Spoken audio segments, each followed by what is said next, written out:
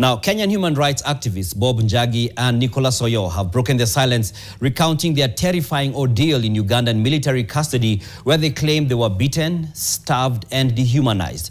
The two alleged Kenyan government officials colluded with Ugandan security forces to muzzle dissenting voices in their respective countries.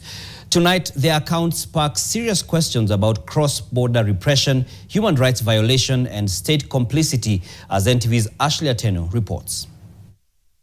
It started as a simple mission, two Kenyans traveling to Uganda to support friends and human rights defenders. But on October 1st, near Kampala, what had become a routine visit turned into a nightmare. Their vehicle broke down at a petrol station, and what should have been a moment of pause turned into the start of a 38-day ordeal.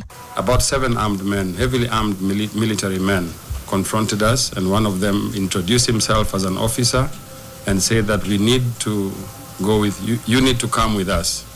And when I saw the formation, I knew that we have to comply, otherwise we might even expose ourselves to more danger.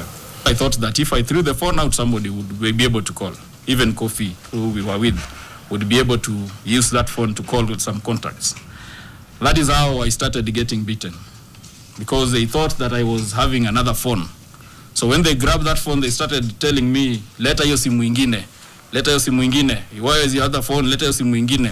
They say they were first taken to Kasenyi military barracks, where they spent 23 days under constant interrogation.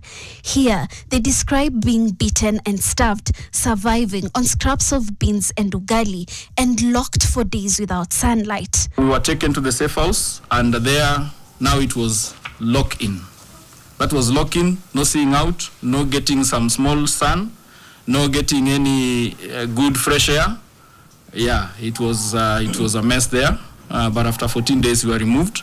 And when we were removed for those 14 days now, after 14 days, we were removed at about 6:30. I think 6 to 6:30 there.